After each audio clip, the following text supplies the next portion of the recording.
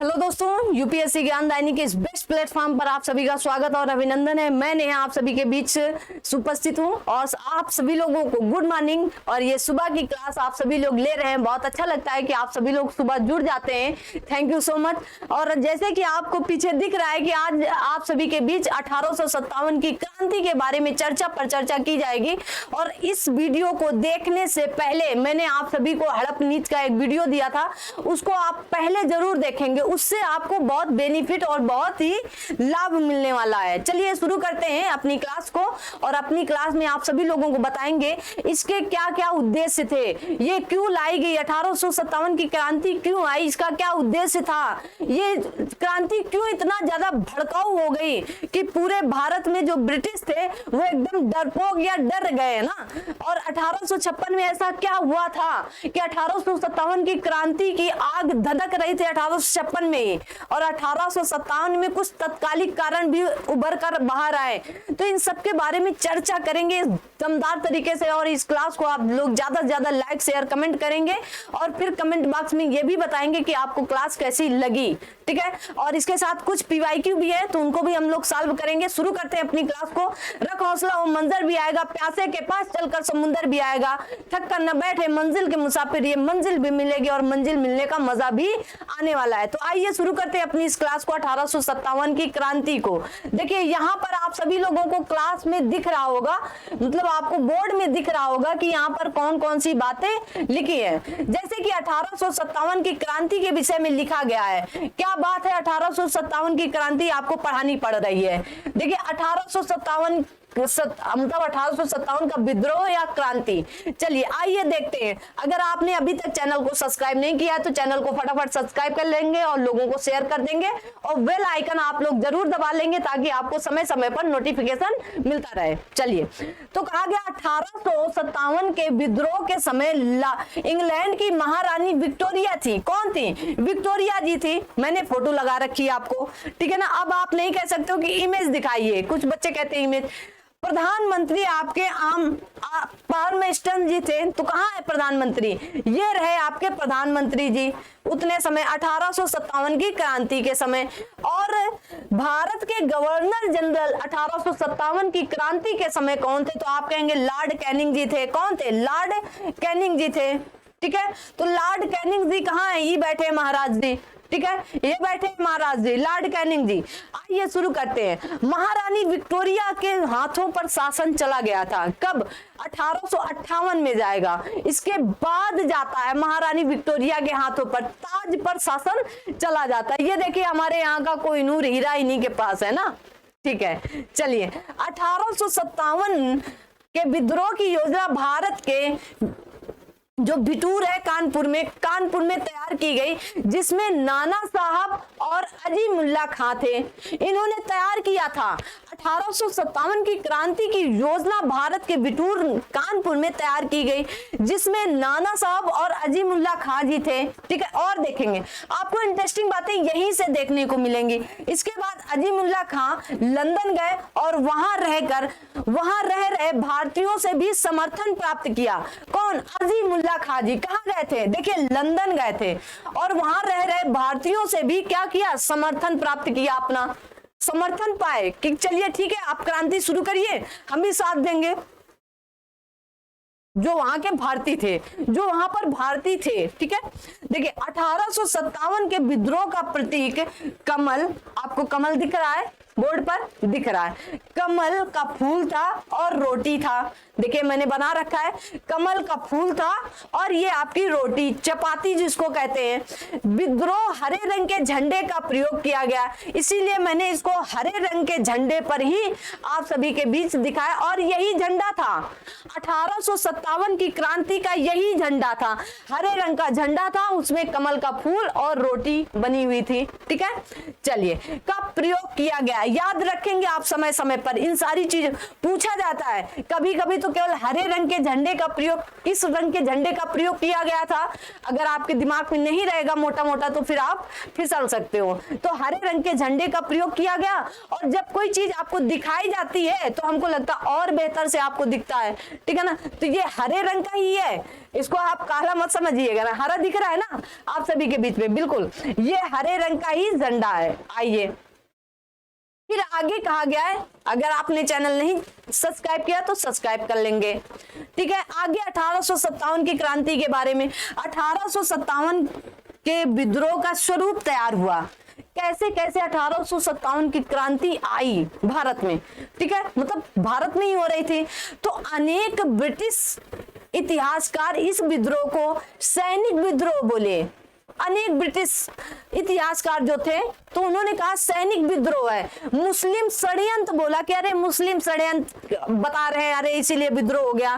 धर्मार्थों मतलब धर्म को परिवर्तित करने का, धर्मार्थों का ईसाइयों के विरुद्ध विद्रोह बताया गया। उन्होंने कहा क्योंकि इनका मानना था कि ब्रिटिश से ईसाई आए और यहाँ पर धर्मार्थों धर्म चेंज करवाएं, तो इन्होंने कहा कि धर्मार्थों का ईसाइयों के विरुद्ध विद्रोह बताया 1857 की क्रांति का। यह ब्रिटिश इतिहासकारों का कहना था। अब हमारे यहाँ के भी तो कुछ बोलेंगे ना, हमारे यहाँ के भी लोग बोले, आइए देखते हैं।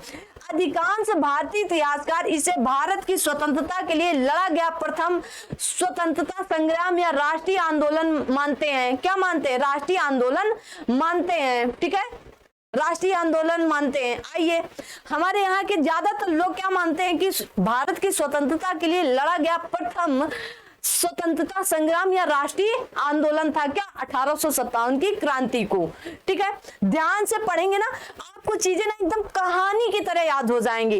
कहां से मैंने शुरू किया कि आपकी विक्टोरिया थी, वहां के प्रधानमंत्री कौन थे तो आप कहेंगे पामिस्टन जी थे। मैंने कहा कि भारत का गवर्नर जनरल कौन था तो आप कहेंगे लॉर्ड कैनिंग थे। प्रतीक क्या था तो हमने कहा रोटी और कमल का फूल और हरे रंग के झंडे पर था। इतनी बात हुई ना। वहां के ब्रिटिश इतिहासकारों ने क्या कहा कि अरे ये तो धर्मार्थों के लिए बताया, मुस्लिम षड्यंत्र बताया गया, मतलब वगैरह वगैरह की कहानी बताई गई, सैनिक विद्रोह है, बस और कुछ नहीं, नॉर्मल सी ऐसे बात कह दी। चलिए यह पूर्णतः भारतीय राष्ट्रीय आंदोलन नहीं था क्योंकि राष्ट्रीय भावना से सभी लोग प्रेरित भी नहीं थे। फिर भी यह राष्ट्रीय आंदोलन का प्रथम चरण था क्योंकि सभी का उद्देश्य भारत से ब्रिटिश शासन को उखाड़ फेंकना था। देखिए ये इस तरह पूरी तरह से राष्ट्रीय आंदोलन क्यों नहीं था? क्योंकि कुछ लोगों ने तो ब्रिटिशों का साथ दिया था ना, कुछ राजे रजवाड़े ऐसे थे जो ब्रिटिशों का साथ दे रहे थे। तो कैसे हम कह देंगे कि नहीं वहां के लोग यहाँ पर आएंगे और ऐसा ऐसा करने वाले हैं। एक सेकंड समय दीजिए ना, कि ऐसा ऐसा करने वाले हैं, ठीक है ना। तो 1857 की जो क्रांति थी वो कुछ लोग तो थे कि राष्ट्रीय भावना से जुड़े थे और कुछ लोग किसका, ब्रिटिशों का ही साथ दे रहे थे, इसलिए पूरी तरह से नहीं कहा गया। आइए इनका राजनीतिक कारण क्या था, तत्कालिक कारण क्या था, सबकी चर्चा हम करेंगे। चलिए आइए देखते हैं सबसे पहले राजनीतिक कारण क्या था। आइए कारण देखते हैं। कहा गया मुगल सम्राट के अधिकारों का ह्रास करना, ह्रास मतलब कम करना या खत्म करना था, ठीक है। डलहौजी ने 1856 ईस्वी में पहला कारण क्या था राजनीतिक में, और कौन थे उतने समय बताएंगे। मुगल सम्राट कौन शासक कर रहे थे इतने 1857 के समय, जल्दी से 1857 के समय कौन शासन कर रहा था, जल्दी से आप सभी लोग कमेंट करके बताएंगे। जल्दी से जितने लोग जुड़े हैं आप सभी लोग कमेंट करके बताएं, ठीक है। चलिए दूसरा कारण देखिए, कहा गया कि अवध के शासक वाजिद अली शाह पर कुप्रशासन का आरोप लगाकर अवध को अंग्रेजी साम्राज्य में विलय कर लिया और अवध के नवाब वाजिद अली शाह को कलकत्ता से निर्वासित कर दिया। क्या किया? कलकत्ता से निर्वासित कर दिया गया। अगला कारण क्या था देखिए, लॉर्ड डलहौजी ने, मैंने आपको हड़प नीति पढ़ाई है लॉर्ड डलहौजी वाली, अभी एक ही दो दिन अगर वीडियो नहीं देखें तो आप देखेंगे कि वीडियो आपको आइकन में मिल जाएगा, आप वहां देख लें, ठीक है। लॉर्ड डलहौजी ने भारतीय नरेशों को पुत्र को गोद लेने का निषेध और राज्यों को हड़प लिया। सतारा से शुरू किया था 1848 ईस्वी में, सतारा को हड़पा सबसे पहले, फिर हमारे अवध को हड़पा, ठीक है ना, अवध को हड़पा गया, झांसी हड़पी गई हमारी। इस तरह उसने हड़प नीति से सब हड़प लिया और लोगों के दिलों में एकदम आग धधक रही थी, कैसे मौका मिले और इसको निकाल दें। देखिए जैसे सतारा, संबलपुर, जैतपुर, बगात, झांसी, उदयपुर, नाना साहब की पेंशन बंद कर दी। नाना साहब, वही नाना साहब कानपुर वाले, नाना साहब की पेंशन बंद कर दी। ठीक है, अब इन सबकी पेंशन बंद कर दी और यहाँ पर आग भड़की हुई थी। क्या आग लग चुकी थी 1857 की क्रांति के लिए। आगे देखते हैं आर्थिक कारण क्या थे। आर्थिक कारण में बताए, आर्थिक कारण भी थे। कहा गया यहाँ अंग्रेजों की भू राजस्व नीति के कारण लोगों का अत्यधिक शोषण हो रहा था।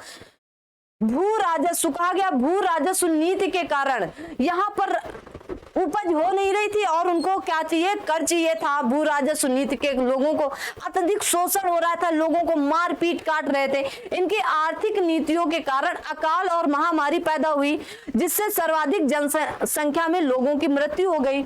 और भड़की हुई जनसंख्या भड़केगी ना। अब भाई हमारे ऊपर आप अकाल पड़ गया, आर्थिक नियम एकदम कंगाली आ गई, खाने के लिए खाना नहीं था, लोग मर रहे थे, महामारी आ गई, महामारी जैसी स्थितियां पैदा हो गई और लोग मरते जा रहे थे। ये वहां की कहानी थी। देखिए लोग मरे पड़े हैं भाई साहब के, भाग रहे थे, इतनी महामारी की ये स्थिति आपको दिखाई गई 1857 की क्रांति से पहले। जस्ट ये कहानियां आर्थिक कारण थे, ठीक है, और लोगों के दिलों में धधक रही आग। सामाजिक एवं धार्मिक कारण क्या था, देखिए सुनिए। कहा गया है कि अंग्रेज भारतीयों का बहुत अपमान करते थे, भारतीयों को नस्ली गाली देते थे। क्यों? क्योंकि जो ब्रिटिश लोग थे, जो अंग्रेज थे, वो कैसे थे, गोरे थे, और हमारे यहाँ के लोग कैसे, हम भारतीय लोग कैसे सांवले थे और सांवले हैं, ठीक है ना। तो यहाँ पर काला है और निकम्मा है, मतलब वगैरह वगैरह तरह की क्या करते थे, गालियां देते, नस्ली गालियां देते थे। नाटा है और आंखें ये है वो है, मतलब कई तरह की। तो ये क्या है, सामाजिक, मतलब समाज में बहुत आहत पहुंचता था लोगों के अंदर। एक अंग्रेज अधिकारी एडवर्ड के अनुसार हमारा भारत में अधिकार करने का उद्देश्य कई लोगों को ईसाई बनाना था। यहाँ के एक अंग्रेज अधिकारी थे एडवर्ड, उन्होंने कहा हमारा भारत में अधिकार करने को उद्देश्य लोगों को ईसाई बनाना था, ईसाई धर्म।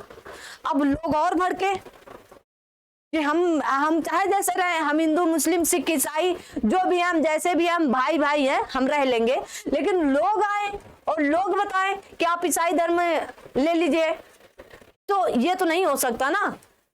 उसके बाद 1850 ईस्वी में लेक्स लोकी कानून बहुत इंपॉर्टेंट है, आप जरूर देखेंगे। लेक्स लोकी कानून धार्मिक अयोग्यता संबंधी कानून पारित किया गया। इसके अनुसार जो हिंदू ईसाई धर्म स्वीकार करेगा उसे उसके पैतृक उत्तराधिकारी से वंचित नहीं किया जाएगा। देखो कितने मतलब दिमाग से खेल खेलते थे कि आपके पैतृक को या आपके आने वाले पुत्रों को क्या किया जाएगा, वंचित नहीं किया जाएगा अधिकार से, ठीक है। इन्होंने कहा कि इसके अनुसार हिंदू ईसाई धर्म को स्वीकार करे, जो हिंदू ईसाई धर्म को स्वीकार करेगा उसे उसके पैतृक उत्तराधिकारों से वंचित नहीं किया जाएगा। लोगों में आग धंधकार रहे थे, ब्रिटिश खुद ही आग लगा रहे थे, तभी तो धंधक रही थी अंदर से कि भाई हम क्यों अपना धर्म चेंज करें, और ये कह रहे थे हिंदू से ईसाई धर्म अपना लो। आइए सैनिक कारण, जो सबसे मेन कारण आप मान सकते हो, सबसे मेन कारण तो तत्कालिक कारण था। तो सैनिक कारण, भारतीय सेना में 2,38,000 भारतीय सैनिक व 45,000 यूरोपीय सैनिक थे, जिसमें भारतीय सैनिकों की संख्या अधिक थी। और सैनिकों में असंतोष का सबसे बड़ा कारण भेदभाव की नीति थी। देखिए भारतीय सैनिक कितने थे, इतने थे और 1,000 थे। कहा गया भारतीय सेना में इतने लोग थे, 2,38,000 भारतीय सेना में थे, और भारतीय सैनिक सिर्फ और सिर्फ कितने, 45,000 यूरोपीय सैनिक थे। तो इतना ज्यादा, मतलब ना तो भारतीयों को सही से नौकरियां में रख रहे थे और ना तो कुछ दे रहे थे। देखो कितना बड़ा, जिसमें भारतीय सैनिकों की संख्या अधिक थी, सैनिकों में असंतोष का सबसे बड़ा कारण था। सबसे बड़ा कारण क्या था, भेदभाव की नीति करना। देखिए 1854 में डाकघर सुधार अधिनियम पारित हुआ। इसके द्वारा सैनिकों की निःशुल्क डाक सेवा समाप्त कर दी गई। जो निःशुल्क डाक सेवा थी उसको समाप्त कर दिया गया। तब तो डाक सेवा ही मेन थी। जब जियो आया था हमारे और आपके बीच में, जियो तो फ्री दे रहा था, और जब आपसे पैसा लिया तो आपको क्रोध आया था ना, तो इसने क्या किया, निःशुल्क डाक सेवा समाप्त कर दी। कौन? लॉर्ड कैनिंग था ना उतने समय।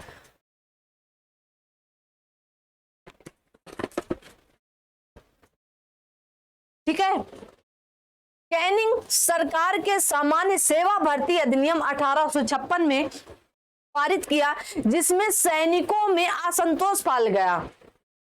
प्रमुख कारण लिखते जाना, वैसे पीडीएफ दे दिया जाता है, और ना दिया जाए तो आप ले लिया करो, मांग लिया करो। तत्कालिक कारण, सबसे मेन तत्कालिक कारण है 1857 का, सबसे मेन तत्कालिक कारण था। आइए देखते हैं।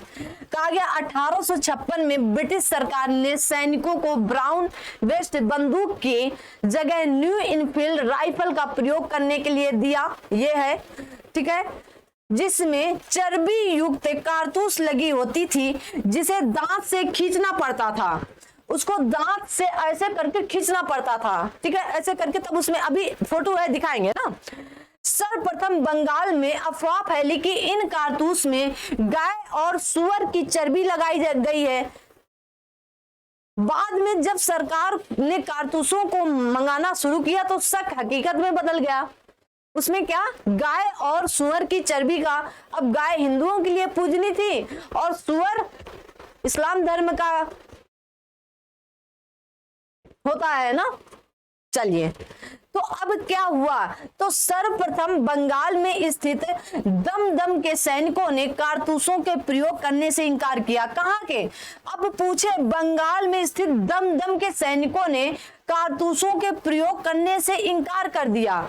देखिए, ये है आपका कारतूस, देखिए ये आपकी कारतूस गन, और ये देखिए इसको मुंह से निकालना पड़ता था। ये जैसे आपका क्या होता है, जैसे आपका बैटरी या टार्च, घर में जो टार्च होती थी एवर रेडी एक सेल आता था, उसके ऊपर क्या, उसके ऊपर एक प्लास्टिक का लगा ढक्कन लगा रहता है, कैप लगा रहता है। तो उसको हम लोग जब छोटे थे तो मुंह से काट के निकालते थे, मुंह से काट के।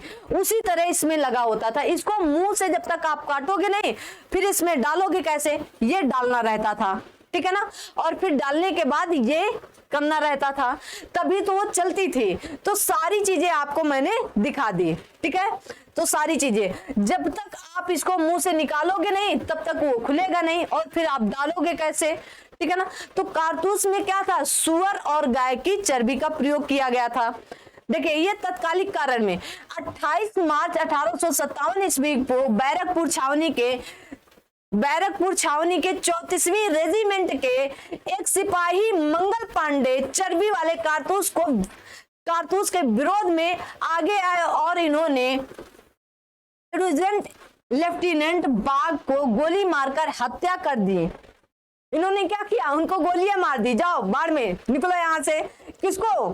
तो इन्होंने एजुडेंट पर हमला किया और उनकी हत्या कर दी थी। एजुडेंट थे यहाँ पर, हाँ, एडुजेंट लेफ्टिनेंट बाग को गोली मारकर हत्या कर दी, और सार्जेंट ह्यूमरंस पर क्या की, गोली मारकर इनको घायल कर दिया, ठीक है। इतना इनको क्रोध आ गया था। और मंगल पांडे जी को क्या 8 अप्रैल 1857 को फांसी दे दी गई, और यही विरोध विद्रोह में बदल गया। अब यही विरोध क्या हुआ, विद्रोह में बदल गया भाई, ठीक है, देख रहे हो ना आप।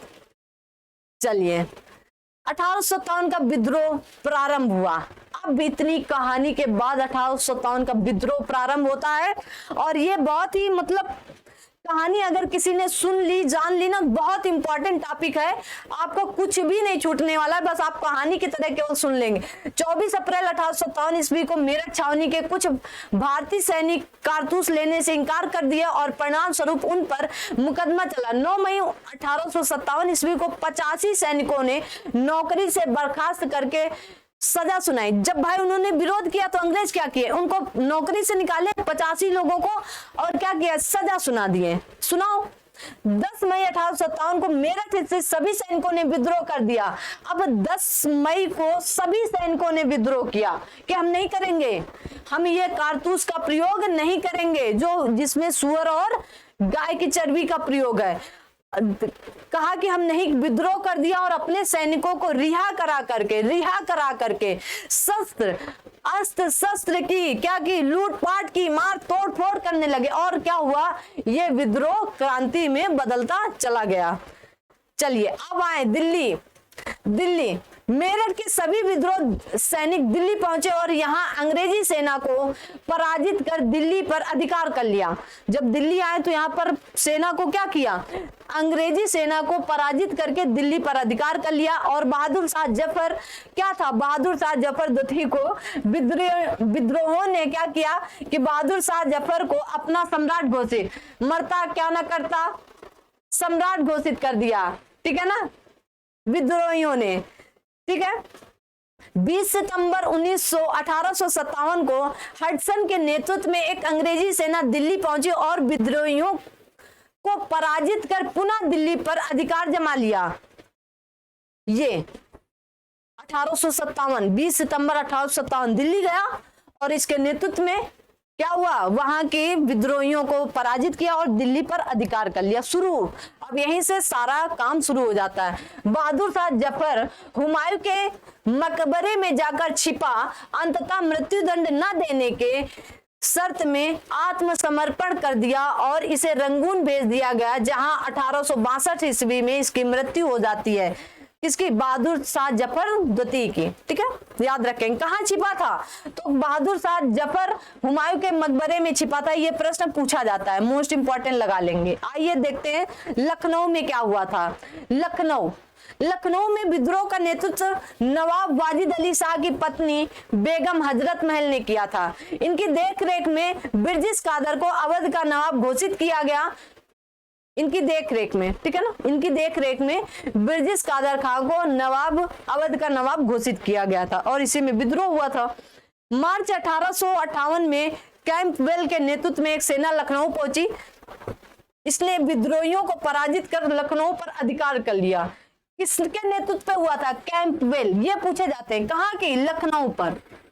ठीक है, अगला, बेगम हजरत महल गिरफ्तारी से बचने के लिए नेपाल चली गई थी। कहाँ चली गई थी भाई, अब क्या करें, नेपाल चली गई थी। कहाँ चली गई थी, नेपाल चली गई थी बेगम हजरत महल। जान तो सबको प्यारी होती है अपनी, है ना। कानपुर में नाना साहब आ गए, इनकी पेंशन बंद कर दिए थे। तो नाना साहब क्या करेंगे, यहाँ पर देखिए कहा गया कानपुर में विद्रोह का नेतृत्व नाना साहब या इन्हीं का अन्य नाम धोंतू पंत ने किया, जिन्होंने पेशवा घोषित किया। जिन्हें पेशवा घोषित किया गया था, कहाँ का, कानपुर का। ठीक है, लेकिन नाना साहब ने डायरेक्ट कानपुर का नेतृत्व नहीं किया था, इन्होंने किसी से नेतृत्व करवाया था। देखिए, नाना साहब की तरफ से लड़ने की जिम्मेदारी तात्या टोपे जी की थी।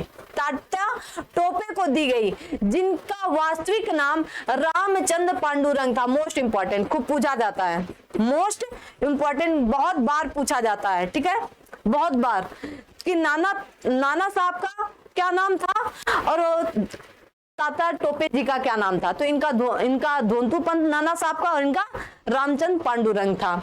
दिसंबर 1957 ईस्वी में कैंपबेल ने नेतृत्व में अंग्रेजी सेना कानपुर पहुंची। कैंपबेल के नेतृत्व में पहुंची और फिर कानपुर में अधिकार कर लिया।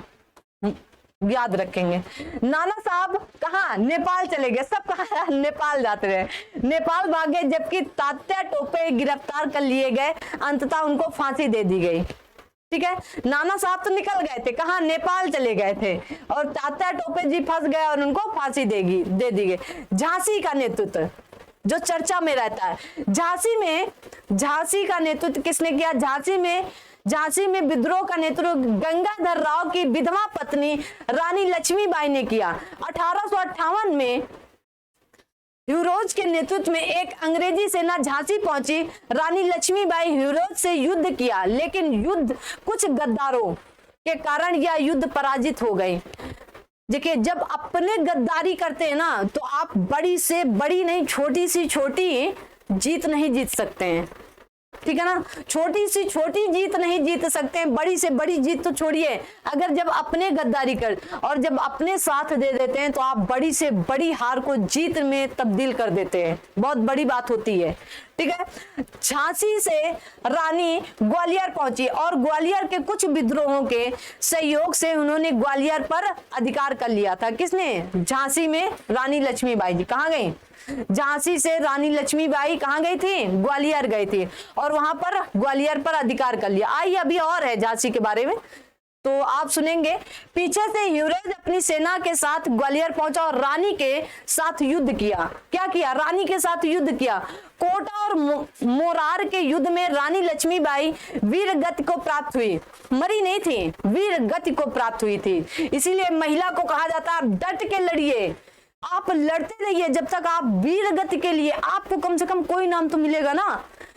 आप डर कर नहीं, लड़ कर आगे बढ़े। ये रानी लक्ष्मीबाई जी हैं, आप सभी लोग देख लें, ये इनके पुत्र जी थे, दत्तक पुत्र, और दत्तक पुत्र के कारण ही पूरा खेल हुआ था। जगदीशपुर जो बिहार में है, यहाँ के विद्रोह का नेतृत्व जमींदार 80 वर्षीय बाबू कुंवर सिंह ने किया था। सबसे वृद्ध मतलब सबसे बूढ़े थे, इनको याद रखिएगा, ठीक है ना, ने किया था। आगे थोड़ा जल्दी जल्दी देख लेते हैं अब क्योंकि इनको देखना ही है ना। इलाहाबाद में किसने किया था? तो यहाँ के विद्रोह मौलवी लियाकत अली ने किया था। इन्होंने इलाहाबाद का सूबेदार घोषित किया गया था। इन्हें इलाहाबाद का, अरे यहाँ का हा ही निकाल दिया ना, इलाहाबाद का सूबेदार घोषित किया। फैजाबाद, यहाँ के विद्रोह का नेतृत्व मौलवी अहमदुल्ला शाह किए थे। पूरे विद्रोह में यही एक ऐसे विद्रोही थे जिन्होंने अंग्रेजों के विरुद्ध जिहाद का नारा और गुरिल्ला पद्धति से युद्ध किया था। इन्होंने जिहाद का नारा भी दिया था और गुरिल्ला पद्धति से युद्ध किया था। कौन थे? अहमदुल्ला शाह जी थे, ठीक है, मौलवी अहमदुल्ला शाह जी थे। आइए एक साथ देख लेते हैं फटाफट और फिर उसके बाद हम लोग इस क्लास को ओवर करते हैं ना। एक तरफ केंद्र लिखे, एक तरफ नेतृत्व लिखे, एक तरफ विद्रोह का दमन किसने किया था, ठीक है। चलिए पेन चेंज कर लेते हैं, रेड पेन ले लेते हैं आप सभी लोग। दिल्ली का नेतृत्व किसने किया था? बहादुर शाह जफर के द्वारा हुआ था। और किसने? हडसन के द्वारा इसे दमन किया। लखनऊ का बेगम हजरत महल कैंपबेल के द्वारा, कानपुर का नाना साहब, या यूं कह सके कि नाना साहब की निगरानी में तात्या टोपे जी के द्वारा कैंपबेल ने दमन किया था। झांसी में रानी लक्ष्मीबाई जी ह्यूरेज ने दमन किया था, ठीक है। जगदीशपुर या बिहार में कुंवर सिंह जी थे और विलियम टेलर यहाँ के दमन करता थे। इलाहाबाद में लियाकत अली जी थे और यहाँ के जनरल नील दमन करता थे, ठीक है। फटाफट बस आप इसका क्या करेंगे, स्क्रीनशॉट ले लेंगे और याद करते हुए निकल जाएंगे यहाँ से, ठीक है। फैजाबाद में जैसे मैंने बताया मौलवी अहमदुल्ला शाह जी थे, इन्होंने जिहाद का नारा दिया था और दमन करता कैंपबेल ने किया था। बरेली खान बहादुर खान ने, कैंपबेल ने किया था, ठीक है ना। गोरखपुर में गदाधर सिंह जी थे, निजाम मोहम्मद जी थे, दोनों लोगों ने मिलकर किया था। स्थानीय सेना ने, जो अंग्रेज लोगों को स्थानीय सेना थे, उन्होंने दमन कर दिया था। अब एक बार बता दिए, जहां जहां स्थानीय सेना लिखा होगा आप समझ जाएंगे, ठीक है ना।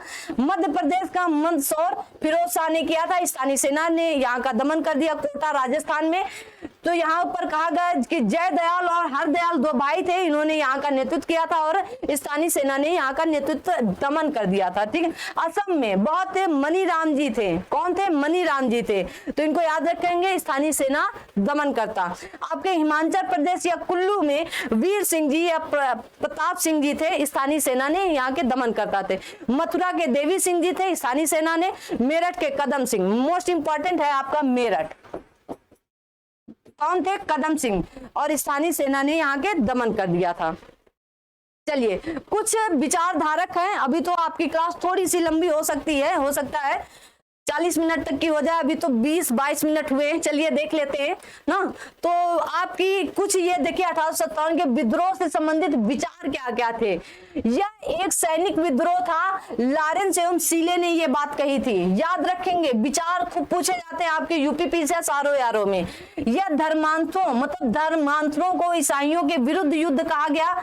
LIR रीज जी ने ये बात कही, ऐसे जैसे लिखा है वैसे ही स्क्रीनशॉट ले लो। यह बर्बरता एवं सभ्यता के बीच युद्ध था, TR होम्स जी ने ये बात कही थी। यह अंग्रेजों के विरुद्ध मुस्लिम षड्यंत्र था। उनको तो यही लगता था ना कि हम तो युद्ध कर रहे हैं तो हम कुछ ना कुछ बहानेबाजी करें, तो आउटरम एवं टेलर ने ये बात कही थी। यही भारतीय की स्वतंत्रता के लिए लड़ा गया प्रथम स्वतंत्रता संग्राम था, BD सावरकर जी और अशोक मेहता जी बोले थे, ठीक है ना। यह आंदोलन राष्ट्रीय विद्रोह था, तो किसने कहा था? डिसरेली जी ने कहा था। मोस्ट इंपॉर्टेंट लिख लो आप, ठीक है। इन देसी नरेशों एवं सरदारों ने इस तूफान के आगे तरंग रोध का कार्य किया, अन्यथा हम एक ही झोंके में उड़ गए होते। लॉर्ड कैनिंग जी ने किया कहा। क्यों? क्योंकि यहाँ के कुछ लोग ऐसे थे जो क्या किए थे, इनका विरोध नहीं, इनका पक्ष लिए थे, इनकी तरफ से लड़ रहे थे। अब जैसे रानी लक्ष्मीबाई के कुछ अपने ऐसे थे जो उनके विरोध में खड़े हो गए थे। जब अपना ही अपने के विरोध में खड़ा हो जाए तो छोटी सी छोटी लड़ाई ना आप जीत नहीं सकते हो भाई। रावण क्यों नहीं जीता था? क्योंकि उसका भाई राम की तरफ। और राम क्यों जीते? क्योंकि राम का भाई राम के साथ ही खड़ा था। बहुत बड़ी बात होती है, ठीक है। और यहाँ पर कहा गया, यहाँ पर सोई हुई महिला सभी विद्रोहियों में से एकमात्र मर्द है। ये बात किसने कही थी? तो हीरोज जी ने कहा था। जब कनपटी पे गन तान दी थी रानी लक्ष्मीबाई जी, तो हीरोज जी के तो अपने ऐसे ही दम निकल गए थे ना एकदम, कि जगह जगह उनको दौड़ना पड़ रहा था। चलिए, विद्रोह के असफलता के कारण, देखिए विद्रोह क्यों असफल हुआ, इसके महत्वपूर्ण कारण कहा गया। विद्रोह का सीमित स्वरूप, देखिए आपके कहां पर आप देखें, ये आपका मान लीजिए भारत है, ठीक है। उत्तर भारत में ही विद्रोह हुए, दक्षिण भारत में विद्रोह हुए नहीं, सीमित स्वरूप दिया गया था, सीमित स्वरूप था। सिर्फ उत्तर भारत में ही आपको देखने को मिलेंगे, दक्षिण भारत की तरफ कुछ हुआ ही नहीं था। वहां के लोग एकदम राजा रजवाड़ा की तरह शांत बैठे थे। देसी नरेशों एवं सरदारों की गद्दारी, कुछ लोग ऐसे थे जो अंग्रेजों की तरफ मिल गए थे, तो उन्होंने क्या गद्दारी की थी। कुशल नेतृत्व का अभाव, सब अपने अपने में जी रहे थे। बेगम हजरत महल अपने को लेकर के, अरे हमारे बेटवा को वो सत्ता मिल जाए। रानी लक्ष्मीबाई जी सोच रही थी हमारे दत्तक पुत्र को मिल जाए। नाना साहब सोच रहे थे हमारी पेंशन मिल जाए, मतलब अपने अपने के लिए ना। चलिए, निश्चित उद्देश्यों का अभाव था। किसी ने मिलकर कहा ही नहीं कि चलिए सभी लोग मिल जाते हैं और फिर विद्रोह करते हैं, देखते हैं फिर कैसे। निश्चित था ही नहीं कुछ। विद्रोहियों के पास सीमित संसाधन, इनके पास भाई अंग्रेजों के पास तो आधुनिक संसाधन थे कुछ बहुत, लेकिन इनके पास वही बस थोड़े से कारतूस वगैरह ये वो बस था, और कुछ भी इनके पास नहीं था। जन समर्थन का अभाव, जनता ने समर्थन किया ही नहीं, जनता ने समर्थन किया ही नहीं। जैसे ग्वालियर के सिंधिया, इंदौर के होलकर, ये सब एकदम स्वतंत्र थे, ना हम क्या बोलेंगे ना हम कुछ कहेंगे। जब बड़े लोग, जब कोई युद्ध होता है और बड़े लोग नहीं बोलते ना, तो वो ऐसे ही दमन हो जाता है, ठीक है। अंग्रेजी सेना का कुशल नेतृत्व, ये तो बात बिल्कुल सही थी। अंग्रेजी सेना का कुशल नेतृत्व यहाँ देखने को मिला और जो उन्होंने इस केस को या इस क्रांति को यहीं दबा दिया, ठीक है ना। चलिए, कहा गया 1857 के विद्रोह से संबंधित महत्वपूर्ण तथ्य। विद्रोह से पहले अजीमुल्ला खान लंदन एवं तुर्की गए थे। पहले बताए नाना साहब और अजीमुल्ला खान ने शुरू किया था। कुस्तुनतुनिया में उनकी मुलाकात ब्रिटिश पत्रकार WH रसेल से हुई थी, ठीक है, याद रखिएगा किससे हुई थी। और बेगम हजरत महल के साथ सिकंदर बाग में वीरांगना उदा देवी ने युद्ध किया था, और ये वीरांगना क्या हुई थी, वीरगति को प्राप्त हुई थी। इनका वहां सिकंदरा बाग में लगा भी है, लोग वो क्या कहते हैं स्टैचू वगैरह बना है ना।